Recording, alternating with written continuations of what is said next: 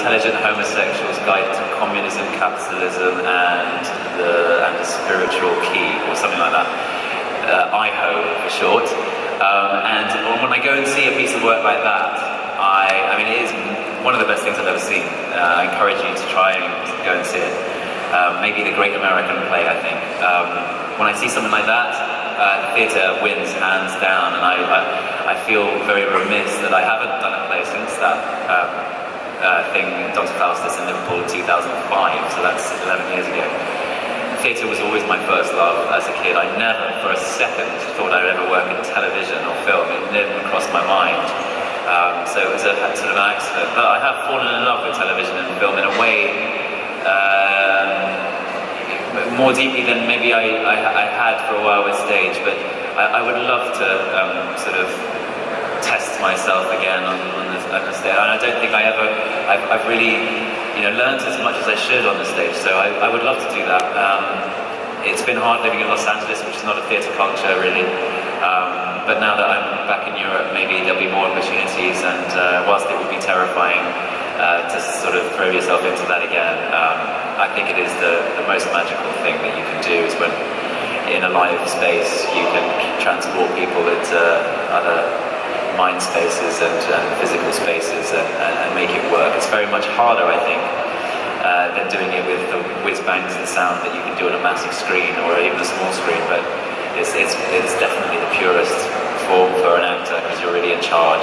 There's no editor or director deciding where the audience is going to look. The audience is free to take in a performance, or someone is listening to a speech or whatever it is, and the actor's in charge. So yeah, it remains a passion of mine, and I'd love to pursue it. Thank you. Good question.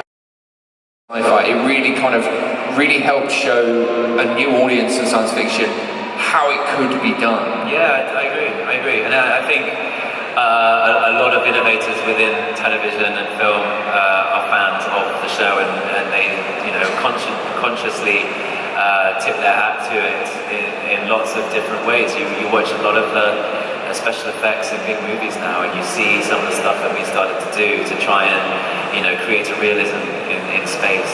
I think we were important in that sort of timeline that goes to things like Gravity and big films that are much bigger than we ever were, but nevertheless we were a little a cog in that development, and that's an awesome thought. And as well, for a show, you kind of set a series of benchmarks, not just with the special effects, but with the acting as well. I mean, when you've always had this opinion when you're watching sci-fi in some cases that the acting can be kind of cheesy and not dramatic at all, and then along comes Battlestar Galactica and knocks it out of the park almost on a weekly, consistent basis.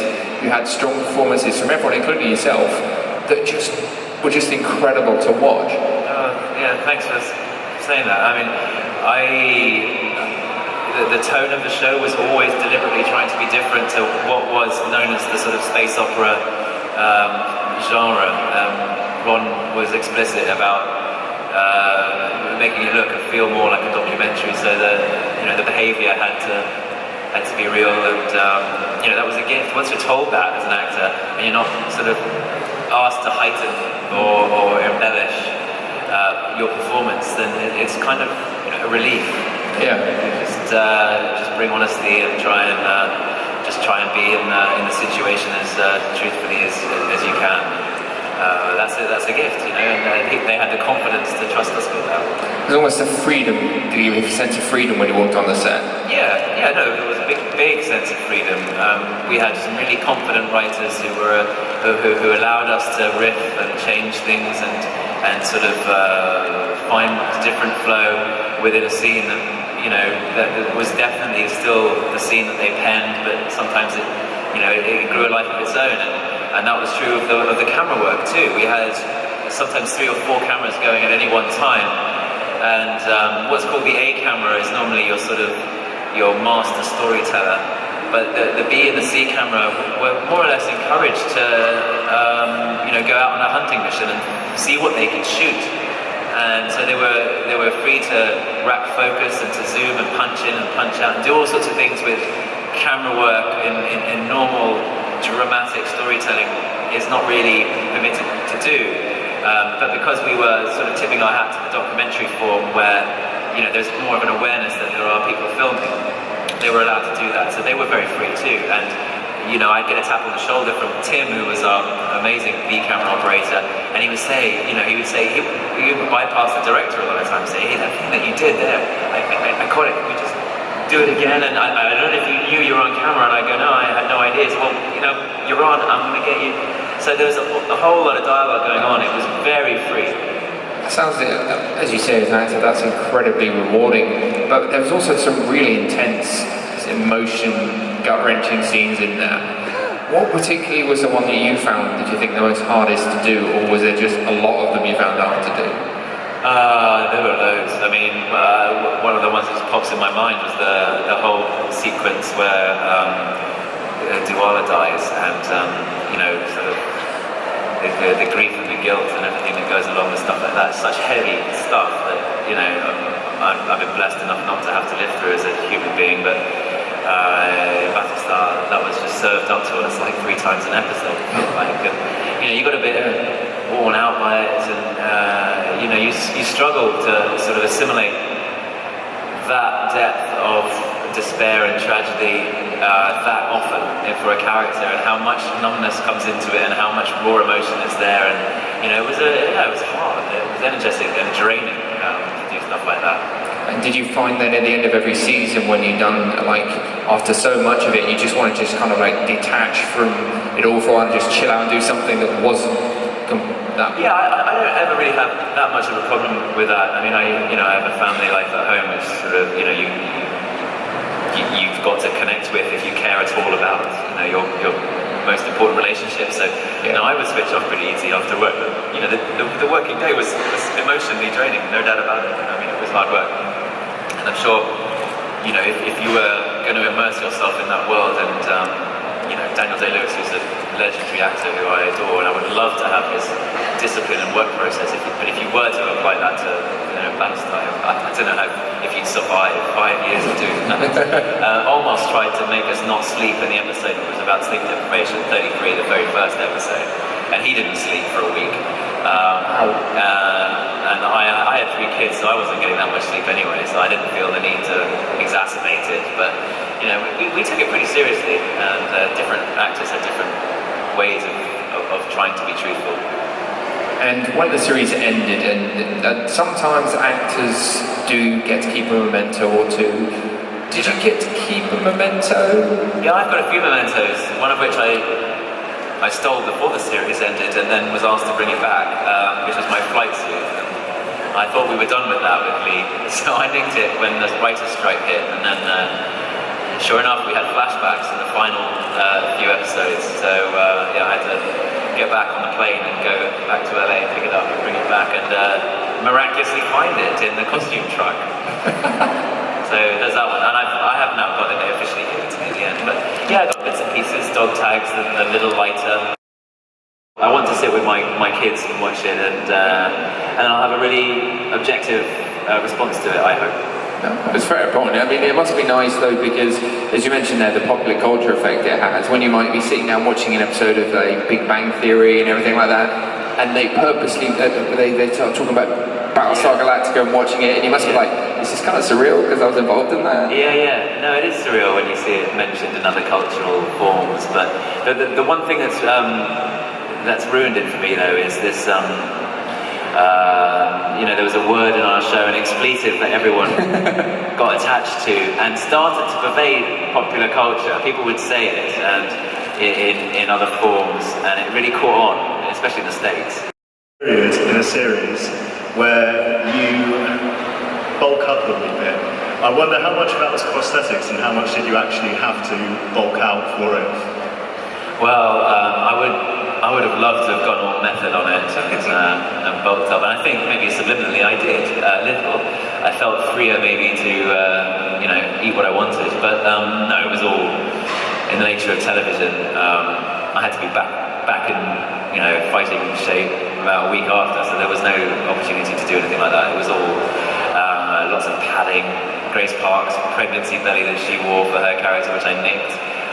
But I remember it being quite amdram. I would run around grabbing things and sweatshirts and from the wardrobe department, and we just cobbled it together. And then the facial prosthetic obviously was a big deal, so that was amazing. I've never done anything like that before, so it was really interesting to watch the transformation on your own face and to see how that worked and in what lights it rang true and what lights it was discovered to be a bit wanting, and how short-lived sometimes it was, because you perspire underneath it and it was horrible, but it was a great challenge. And when I see images of it, I just think how bold that the writers were able to do that. How many shows do that with one of their sort of young protagonists? It's not very common. So yeah, great fun.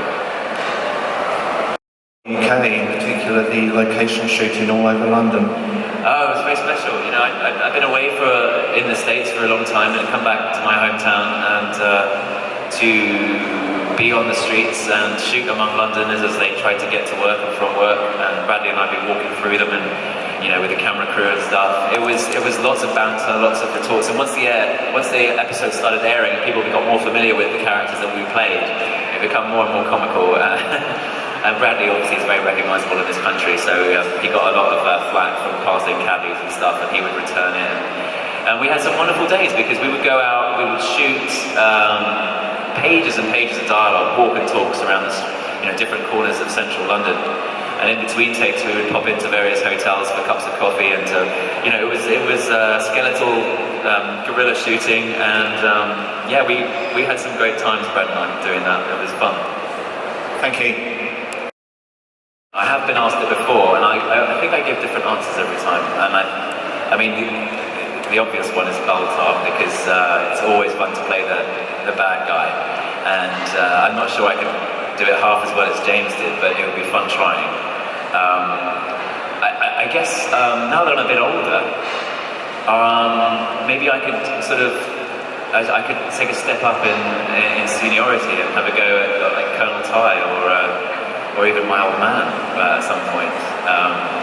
That's probably heresy to even attempt to try and do an Adama, an Admiral Adama, but that would be fun. Maybe in 10 years' time I could have a go at that. And now our final question from the young lady there. You just said that you received the scripts only about 2 or 3 episodes in advance. Did you ever think you had an idea about where the story was going and then get completely shocked by the turn of events? There were many times when we were shocked. I mean, the stories were there to shock. They were there to surprise. I'm thinking the new Caprica stuff. The stuff where they went down and it became so bleak and earth-based, earthy. I was blown away by that stuff, and I wouldn't have thought of it. I mean, the ending. I kind of was in that headspace with what I would have done with the show. I was very much of one with the way Ron went, and Ron and I and the actors would talk about stuff, the ideas that we thought were good, and some of them, were eerily similar to the stuff that we've been discussing over dinner. So, some of that was really pleasing, that it seemed to sort of inhabit the kind of world that he executed it way better than I could have ever imagined. But so there were nice moments where you were reassured by the direction things went. And then, I guess with my character who changed job so much, all those twists and turns, they were challenging, and you constantly felt you were slightly reinventing a wheel and wondering whether that would work within the show. So those are challenges too. I mean, they were all challenges, but the beauty of the writing was, even though they went for some big shocks and changes, the final 5 is a classic example. Make Colonel Ty a Cylon, that was massive. So even though they did do those shocking things, which could be a bit gimmicky, there was such a weight and emphasis put on being true to these people that they always pulled it off, and the shock became valuable within the show. So yeah, we were clamouring at times, we were up in arms at times, but eventually we saw the wisdom of our creative team. Thank you. Well, ladies and gentlemen, please join me giving a massive round of applause to the brilliant Jamie Bamber. Thank you, guys.